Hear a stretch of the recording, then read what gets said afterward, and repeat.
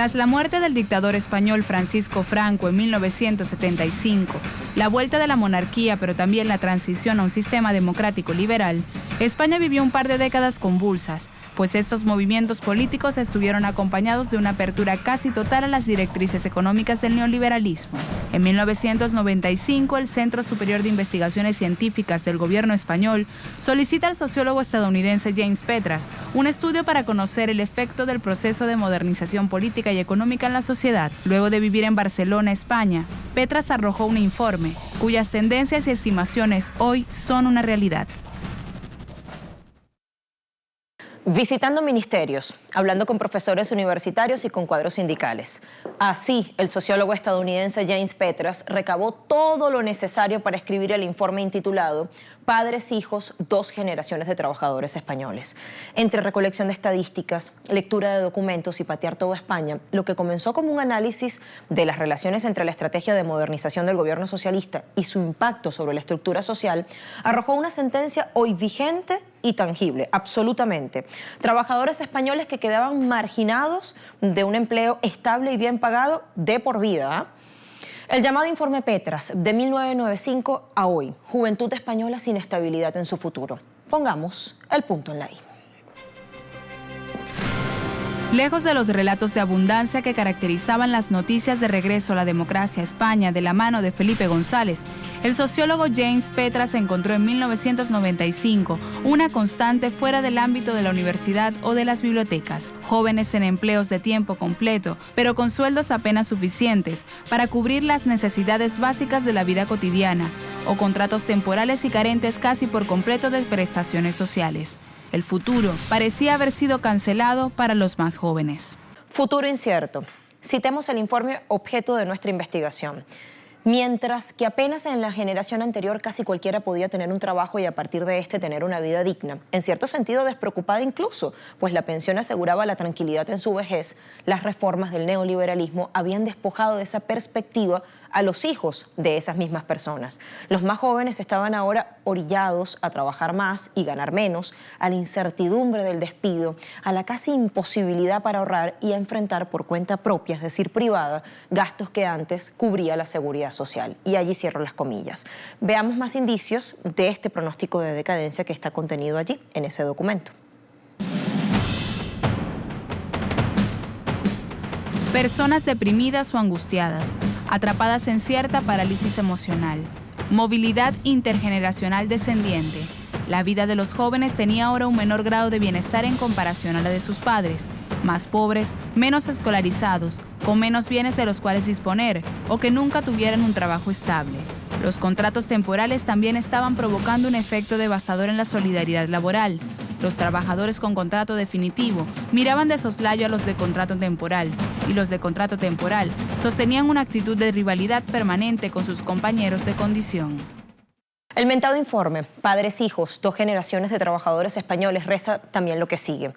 Los jóvenes trabajadores temporales de hoy no tienen seguridad en el empleo y apenas organizaciones colectivas o apoyo. Están atomizados y son vulnerables a los dictados del empresario que tiene el sostén legal de un Estado que apoya sus acciones arbitrarias. Hoy la dictadura del mercado es un enemigo más formidable de los trabajadores temporales que el régimen represivo de Franco. Tema duro de análisis, ¿no? Y que lamentablemente, ojo con esto, no se circunscribe solo a España. Recibamos a su autor para ahondar, para profundizar. ¿Quién mejor que él? James Petras, sociólogo estadounidense, está de este lado del estudio, conecta con nosotros. Bienvenido, todo un honor, señor James. Muchas gracias por la invitación. Es un tema importante que debemos tratar por el contexto actual. Fíjese, queremos empezar nuestro viaje ahondando en la diferencia generacional que se plantea. Abro comillas para citar otra frase. Las precarias y abominables condiciones a las que los jóvenes trabajadores tenían que hacer frente en el mercado laboral se convirtieron en la principal preocupación, y allí cierro el entrecomillados. ¿Por qué? ¿Cómo es que un régimen represivo, dictatorial, pudo ser más amable con una cierta clase trabajadora que la democracia? Qué paradoja, ¿no? Sí, es paradójico porque durante Franco no tenía ningún sindicato oficiales, tenían mucha represión del gobierno fascista, tenían pocas posibilidades de organizarse, el cárcel encontraba por mucha gente que tratan de hacer una lucha popular. Pero a pesar de todo, durante el periodo de Franco lanzaron una campaña industrial y la industrialización facilitó a los obreros organizarse bajo clandestinidad. Y entonces tenías una combinación de recién inmigrantes que venían del sur de Andalucía. Muchos buscaron el primer trabajo, la esposa. Tenían una comunidad, organizados en la comunidad, organizados en la fábrica, con una amplia conexión entre las diferentes fábricas, pero en todo caso podrían conseguir algunos derechos y más que nada la seguridad del empleo. Cuando llega la democracia, particularmente bajo los socialdemócratas, empezaron a dar concesiones del capital. Las empresas empiezan a utilizar obreros temporales, los jóvenes. Y eso pasó a ser la única forma de trabajar, contratar por 6 meses lo que llamaban los contratos de basura. Y cuando terminan los 6 meses están despidos y después tenían que buscar otro trabajo con pocas protecciones.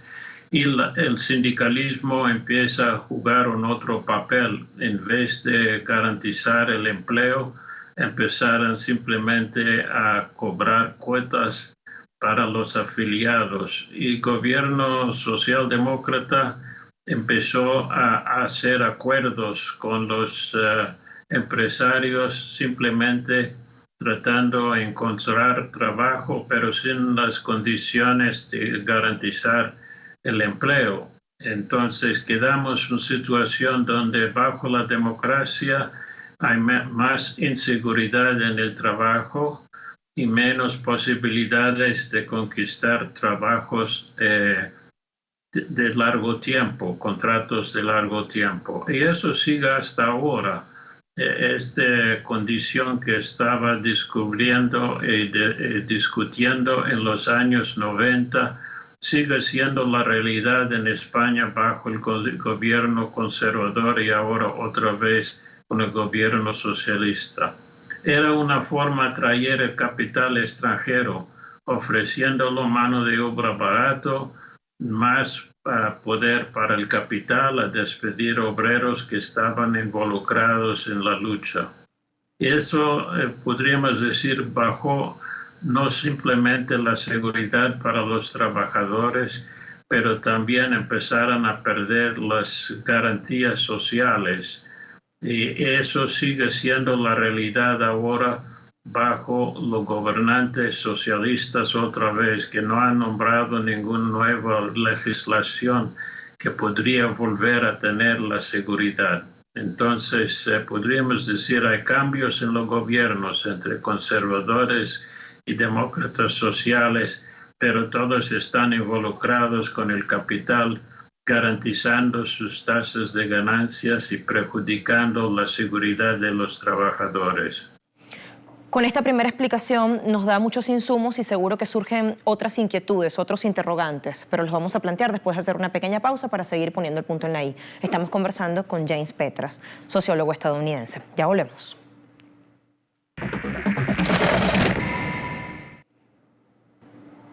Hoy ponemos el punto en la I en el informe Padres, Hijos, 2 generaciones de trabajadores españoles. Es de la autoría de James Petras y tenemos la dicha de que sea él mismo quien nos acompañe. En este estudio, elaborado hace poco más de 20 años, predijo la ruina de la juventud española contemporánea.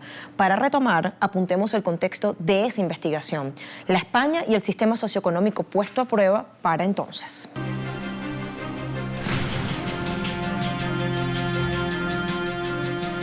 (1982-1995), años de modernización de la economía bajo el gobierno del Partido Socialista y sus 3 estrategias principales: liberalización y privatización de empresas públicas, inserción de España en la División Internacional del Trabajo y configuración de un nuevo régimen regulador de prestamistas extranjeros y directores de bancos multinacionales.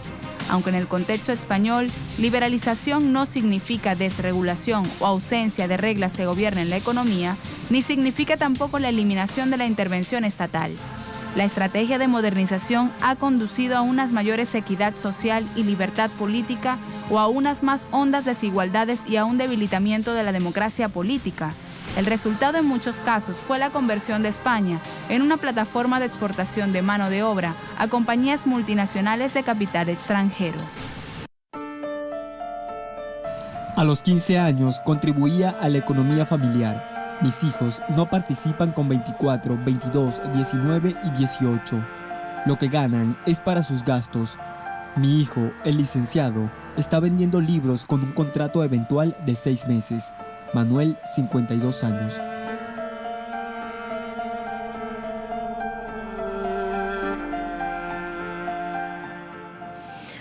Abro comillas otra vez. Un sentido de aislamiento reforzado tanto en lo positivo como en lo negativo por la cultura circundante, cada vez más individualista, con aparatos electrónicos, rock mercantilizado y vacaciones por un lado, todo esto adquirido con el poco dinero que sobra al final de mes. Y por el otro, con vergüenza por confesar que se gana un sueldo miserable. Quiero preguntarle, James, ¿a qué se debe esta dualidad?